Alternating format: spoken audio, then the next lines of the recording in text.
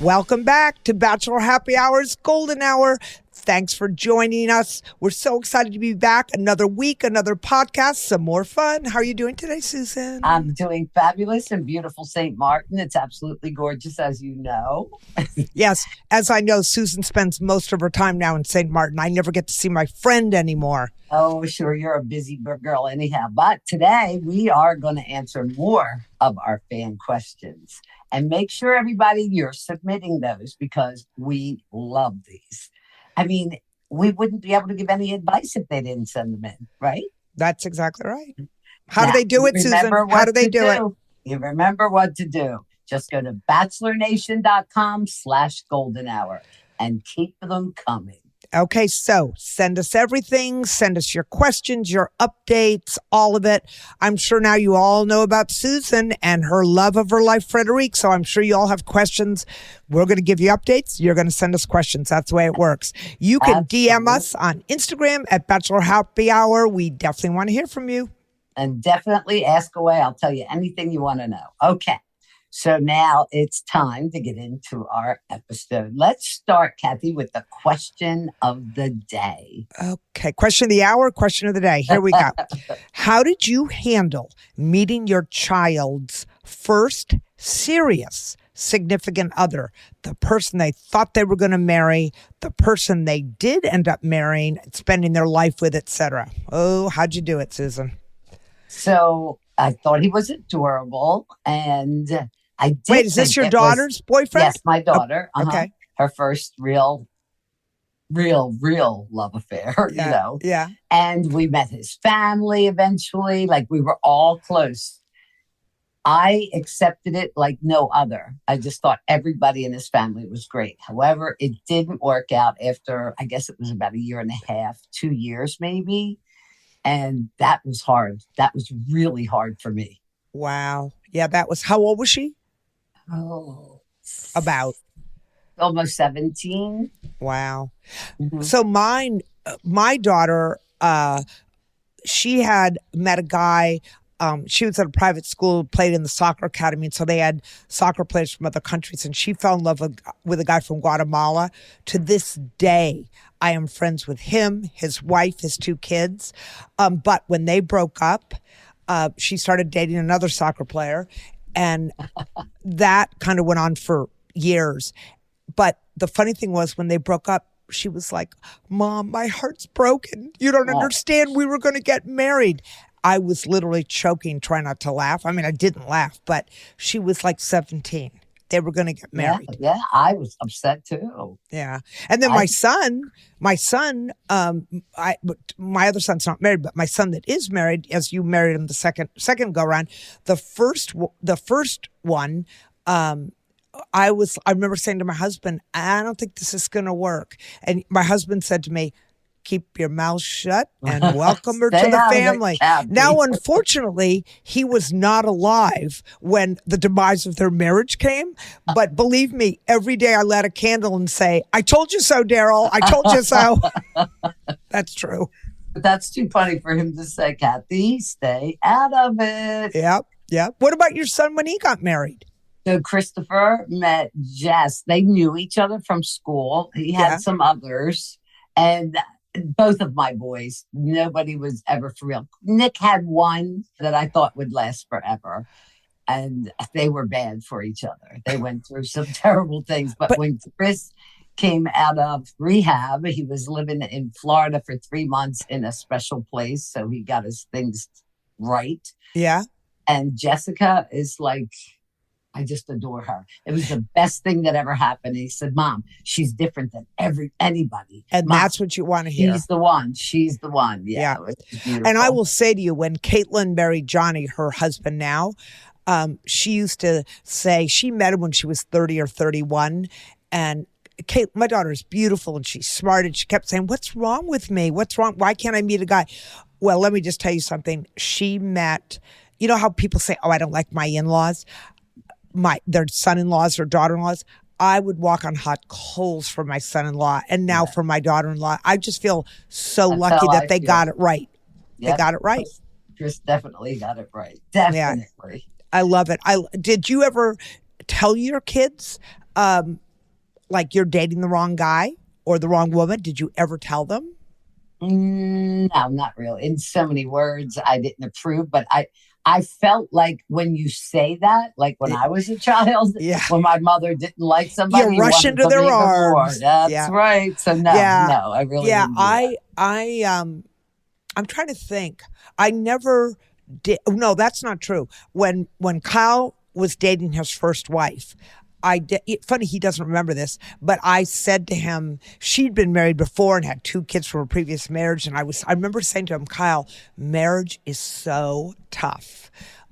Marrying someone who has 2 children and doesn't get along with the ex-husband, like you're signing up for a lot.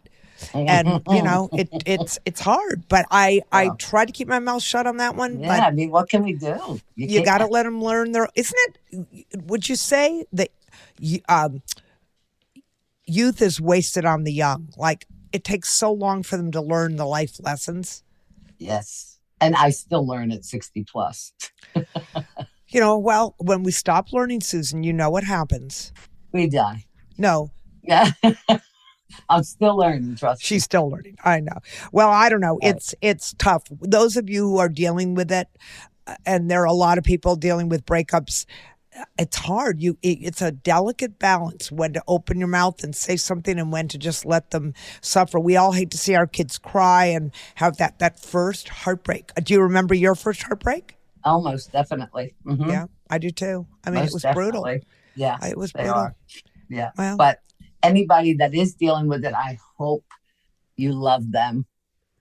And Love they who? live that the significant other, whoever it is that their child is Yeah. with. I hope everything works out. Yeah. And they're Susan, saying marrying, spending their life with. So Right. It doesn't have to be marriage. But that's the other thing.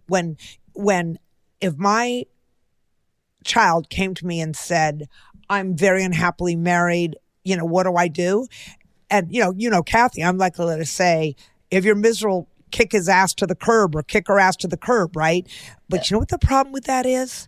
The next week they're back together and in love, Oh, and I never your ass is kicked to the curb. So and I was always one to call my mom if we had an argument or something, and my friends, and they're like, Yeah. they don't like them anymore. Yeah. Some Yeah. things you have to are better left unsaid. Yeah, it's true. Let's talk about sex. Actually, let's talk about pregnancy prevention. There are a lot of birth control options out there. You might have even tried a bunch. Have you heard of Nexplanon? Etnogestrel implant 68 milligram radiopaque. It's a prescription birth control for the prevention of pregnancy in women. When thinking about the right birth control for you, learn about your options. You may not want to take one daily or have one that goes in your uterus. Nexplanon is the birth control implant that goes in your arm. Don't use Nexplanon if you're pregnant or may be pregnant, have or had blood clots or certain cancers, have liver disease, liver tumor, or unexplained vaginal bleeding. Once the implant is placed, you and your doctor should feel for it. If at any time you can't feel the implant, contact your doctor right away and use a non-hormonal birth control method such as condoms. Removal of the implant may be difficult or impossible if it isn't where it should be. While uncommon, ectopic pregnancy that occurs outside the womb can occur, which can cause serious internal bleeding, infertility, and even death. You are likely to experience changes to your period. Ovarian cysts may occur and usually disappear. Nexplanon may raise the chance of serious blood clots, which can cause heart attack, stroke, or death, especially if you smoke or have other risk factors. Nexplanon doesn't protect against HIV or STDs. Talk to your doctor, visit Nexplanon.com or call 1-877-467-5266 for more information. There are so many options out there, so it's important to talk to your doctor and find the right birth control for you. Ask for yourself. Ask for Nexplanon. Your business deploys AI pilots everywhere. But are they going anywhere? Or are they stuck in... Only goes up. Going up. Here. These are up online or in store. Gets you excited. A way to make lingerie that's starting at $24.95. Do this. All right, here we go. I'm going to start off with the first one. Shop styles from comfortable to sexy in over 67 sizes. All right. Are you ready to get into our fan questions? Let's do this. All right, here we go. I'm going to start off with the first one. It is a question from Laura. Okay. Hi, ladies. I need your help. My mother-in-law seriously crossed the line and I'm pissed. Whoa. Wait, Susan, I think Laura and I had the same mother-in-law. Okay. She's always making, it really is my mother-in-law. May God rest her soul. Okay, she's always making snide comments, thinks I'm not good enough for her son, the usual shit. Recently, she started coming between my 13-year-old daughter and me. It started with her interfering in our quarrels, always going to her and blaming everything on me. My husband has always tried to get her to chill out, but was ready for a very serious conversation that he planned to have with her after she spent the afternoon with our daughter. Well, that plan changed when my 13-year-old walked in with, are you ready for it, a belly button piercing my mother-in-law got her. I just saw red. I don't even know what I said to her. I kicked her out of the house and she is blowing up my phone. Now my daughter is hell-bent on keeping the piercing and I want it out. How do I handle this? Can I legally keep her away from my daughter? Please help and thanks, ladies. Oh, so much to unpack in this one. Well, because the kid is obviously going to be mad at her mother, because she wanted it and grandma did it. Wow, Wait a second. Wait. First of all, I'm sorry, Laura. Your mother-in-law had no right. The line. That is crossing the line. She had no right to do it. But let me just give you a little other tidbit of Kathy advice here. Unless your daughter has a trust fund and is supporting you and her father, you are in control of this household. You can tell her you have about 2 minutes to take that belly button piercing out. And when you grow up and you're paying your own bills, you can have a belly button piercing. But right now you live under my roof and I pay for your groceries and your cheerleading and your prom dresses. Get it out. And that's honestly what I would do. Unfortunately, I don't know if she can legally keep her away from her daughter. No. What do you think about taking the belly button piercing out? Because she did it without my approval, and she's only 13, I probably would agree. At 16, I did mine. Well, Susan, you've broken every rule in the book, and anyone who knows you knows that you break rules and ask for forgiveness like later. When my boys wanted to get a tattoo, I said, you have to wait. Dickie would say till they're 18, and I said 16. It's something that they really wanted. They sat me down, but this sounds like she never asked her mother anything. No, and Laura, you're absolutely right. Your mother-in-law, I mean, my mother-in-law was a piece of work. But I mean, the farthest she would go was letting them watch TV shows that I wouldn't let them watch, or giving them cookies 10 minutes before they sat down for dinner. I mean, I would have exploded. Big difference. I would have exploded. And I'm not kidding you. If that were me, Laura, I'd sit your daughter down and say, I'm giving you 30 seconds to get that piercing out. And if not. And also tell her that I'm going to restrict you of not even seeing your grandmother if you keep this up. By the way, you have to get my permission. Yeah, but here's, you know what? At 13. Susan. What? There's one little detail here we haven't spoken about. What is it? Daddykins. Mama-in-law's son. So, Laura, you got to get your husband on board. Well, it sounds like he was ready. Remember, she said he's ready to have a sit down with her. Yeah, well, and ready and doing it yesterday. Yeah. So, Laura, get with your husband, tackle your daughter, rip out the belly ring, then give your husband 20 minutes to get on the phone and have a conversation with his mother. I mean, what could the mother possibly say? Oh, well, we did it. Oh, well. I mean, really. I'm guessing this woman would probably say something like, your wife is, ridiculous. She does, who cares? I don't care. Laura, I feel bad for you. I really do. Laura, you call me. Mother-in-law. You call me and give me that mother-in-law's number. I will take care of this for you. I promise. It is, you're well within your limits. You're well within, just remember, you're your daughter's parent. You're not her friend. Right. The mother-in-law overstepped. Your mother-in-law overstepped big time, but I think you got to get your husband on board. And also, she didn't tell us whether the daughter asked if she could. It doesn't matter. Have this done. Who cares? I mean, sometimes grandmoms can do that, but as long as there was a conversation, she had no idea this was happening. Oh, I thought you said. I couldn't agree with her more.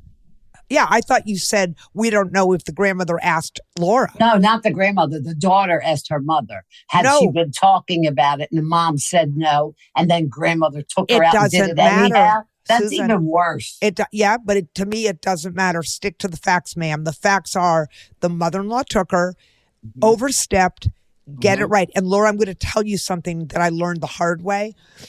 If you try to soft soap it and don't really. There is none. There is no soft if you do, if anything. you sidestep and say, please don't ever do that again, you're just inviting more trouble. You and your husband, Lay let me down the repeat, law. Laura, you and your husband need to lay down the law. And if you need a third party impartial person, invite me. If you need Susan to come with a baseball bat, invite her. We will be so happy to help you out with this. I really feel for you. I would be livid right now. I really would. Okay, Susan, truth time. Would you make the daughter take it out? At 13, probably, because I'd be so pissed because there was no conversation with me. Yes. If she were, but so you do it by age. See, I wouldn't care if she's living in my house and I'm paying her bills. You don't get to do that stuff without having having a conversation with your mother. And if I say no, when you turn 18 and you think you're so big and smart, you can support. Have at it. Go move out and get any piercings you want. Just make sure you can pay your rent. Well, would you ever agree to one if you talk to her about it at that older age? You just don't like belly button piercing? Or No. If she were 18, I would say 18. At had to be 18, you're an 18. adult. At 18, you can do what you want to do. Kyle, I don't know how old my son was when he got his first tattoo, and Caitlin has a couple. I think she got her first one at 18. At that point, they were adults.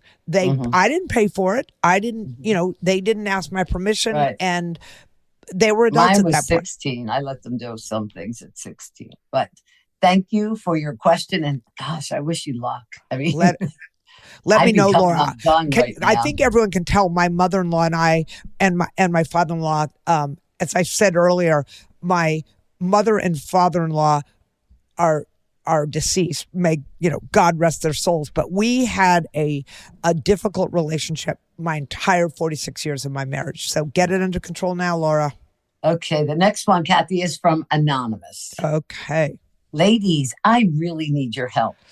My soon-to-be father-in-law made a move on me the other night. Oh, God. And I don't know what to do. He's always been very friendly and compliments me a lot. But it never felt strange until now, obviously. Basically, he was helping me cut and serve his wife's birthday cake while she and my fiance were having a sweet chat together. My father-in-law drunkenly touched my hand and asked if I wanted to get out of here. What the hell? I just laughed it all uncomfortably and ran outside with cake slices. He then followed it up with, no one has to know. I haven't spoke to him since, and I haven't told my fiance yet. He's a surgeon and has been crazy busy since. What the hell do I do? How do I navigate this? I know, of course, I have to tell him, but how? When? All these question marks. Holy shit, girlfriend. I mean, One thing I took, Kathy, Yeah, first. go. He was drinking. He was drunk. Oh, Susan, if you Not that wait, that's no, an excuse. it is never an excuse. Do not I even know say it he was isn't, but drinking. it Then why makes did you bring it up? It makes people act way out of character. If you I will. disagree. I think when people are drunk, that's when their real character comes out. Well, sometimes yes, but wow. And who is she going to tell? The fiance. About his father. Yeah. Oh, are you saying you wouldn't do that? Absolutely. It would depend on if it's the only time it ever happened and it doesn't happen again. But Okay, this that's is- going to start a war. Okay, Bachelor Nation. I'd This have is a an episode where conversation- wait a Susan minute. and I are not agreeing. I'm not finished. I would have a conversation with that man and warn him, don't you dare. Hopefully he'll be begging for mercy and apologize. I don't even know why I said it, and give him the benefit of the doubt. If not, and you open up this can of worms, the whole family's going to get involved. It's going to be drama. I don't blame you for running away from the asshole, and he is an asshole for doing it. For his wife's birthday party, you want to get out of here? I mean, come on. Well, one thing you're not picking up on is her fiance is a surgeon. We're not talking about two 22-year-olds here. They're in the 30s. I guarantee you, if he's a surgeon, he's done his residency, he's done a fellowship. Yes. He's Okay, 32. what does that mean? It means he's old enough to handle the truth and deal with his father and say, if you ever, I would run to my fiance so fast. You wouldn't tell the father, have a conversation with the man himself first. You would right to your fiance. Absolutely. I would go right to my fiance and say, deal with this because this can never happen again. I would never do it. I would say that to the father. No, yes. See, to me, Susan, I see what you're saying. You're wrong. Some people, you're everybody's wrong, entitled to one mistake. I'm wrong. Yeah, Kathy, you don't know it all. No, wait, everybody's Susan, entitled to one mistake.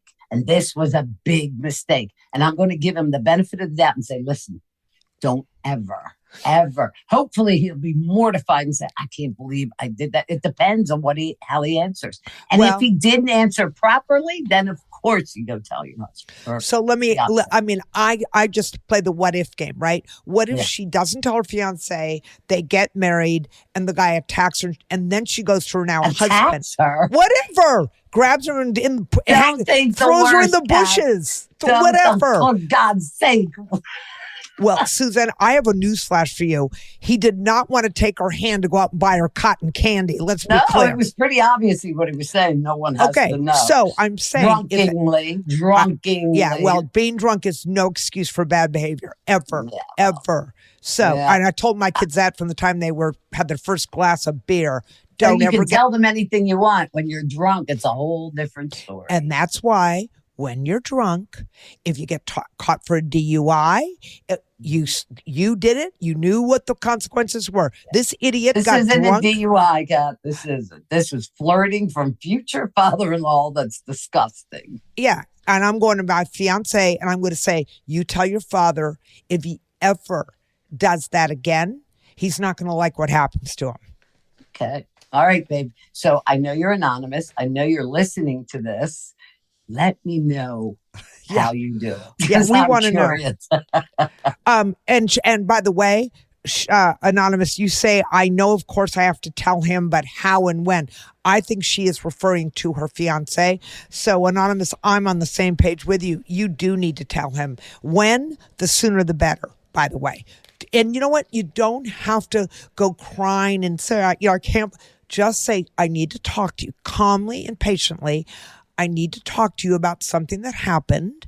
I'm telling you because it can never happen again. And I want you to take your dad quietly aside and explain this detail to him so that I am never put in this position again. And then I'd give my fiance a big kiss, love on him and say, I'm so lucky to have you. That fiance is not ready for a big kiss after he hears this. It's starting something. He's going to be pissed off at his father. You want a strong marriage or a marriage built on secrets?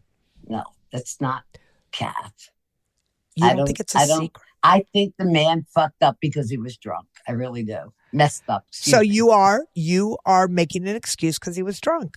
I don't make excuses. I'm giving him one out. Nope. Okay. Yet again, Susan and I are on different sides of the table. And you know what, guys? Weigh in. Let us know. Let us know what you think. I think there'll be people on both sides of the table. And frankly, there isn't a wrong or right answer. It's just what you would be comfortable doing. Yes. Okay. Now that Susan is wrong, Susan's wrong, we're moving on. Let it be known that Kathy always thinks she's right. No, I don't. No, I do not. We're moving on. Just on question 2 from Anonymous. Let's talk about sectors have liver disease to raise the chance of going up. Are here.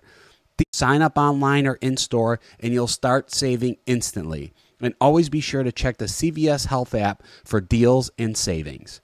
Visit your local CVS store. From whether you're looking for thoughtfully designed bras, panties. Oh, baby. 95. So take this as a sign. Bases covered. I love the colors that Adore Me bras come in. I have a gorgeous... .com now to shop styles. Because it offers more than just premium items. Nicotine is an addictive chemical. Now we're moving to question 3 from Anonymous. Okay. Hi, Kathy and Susan. I need some advice on how to handle this situation with my mother-in-law. Ever since we had our 2 kids, my in-laws have always either come to our house or met us in a different location, like for a family vacation, etc. Recently, we were in their neighborhood and decided to pop over to surprise them. To our horror, we realized that my mother-in-law is a total hoarder and my father-in-law has just grown complacent. She's really emotionally attached to all of her things and will have a panic attack if we even suggest storage, let alone trash. How do we help her through this? Really simple. You don't. Professional help. Hoarding's not about hoarding. That's a disease. Like, that's big in some people. I don't think they can do it, honestly. I mean, I would just not go to their house. It's pretty simple, Anonymous. You Never can't again. make her do anything she doesn't want to do. So have her And come to your house. she always met them at a different place, like family vacation. And there's a reason why. She Keep doing realizes she has a problem, and keep inviting her to your house. Don't go. Yeah, it's I agree. Anonymous. It's not your problem to solve. Invite her Absolutely. on the vacations, meet her at a restaurant, meet her at a park, meet your father-in-law, meet them at public places, take them on vacation. But you know what? It's clearly upsetting to you, Anonymous, that you're seeing this, hoarding situation. So don't put yourself in the situation. Is No, it that just simple, stay Susan? away. Yeah, it is that simple. That's an easy one. Okay. You can't All right. fix it. All right, now, oh boy, Susan, What would you do? What would you do? This is mother-in-law edition. Can I just tell you, this whole episode is triggering me because my in-laws could not stand me. There you go. It was All right. awful. All right, we're going to play for our game segment. It's going to be, it's mother-in-law edition. We're going to switch off reading hypotheticals. And What we're going to would give you do? Yeah, what would you do? As to what we'd do as the in-laws in the situation. Okay, so I'm going to start us off. So Okay. it's as if we're the in-laws, okay? Yes. All right. Your daughter-in-law cooks dinner for the whole family, but it's barely edible. Do you pretend to love it, quietly order takeout, offer a cooking class for her birthday? What would you do, Susan? Oh, well, obviously you can't order takeout. I would try to help her learn how to cook. Not for her birthday, but I would take her aside.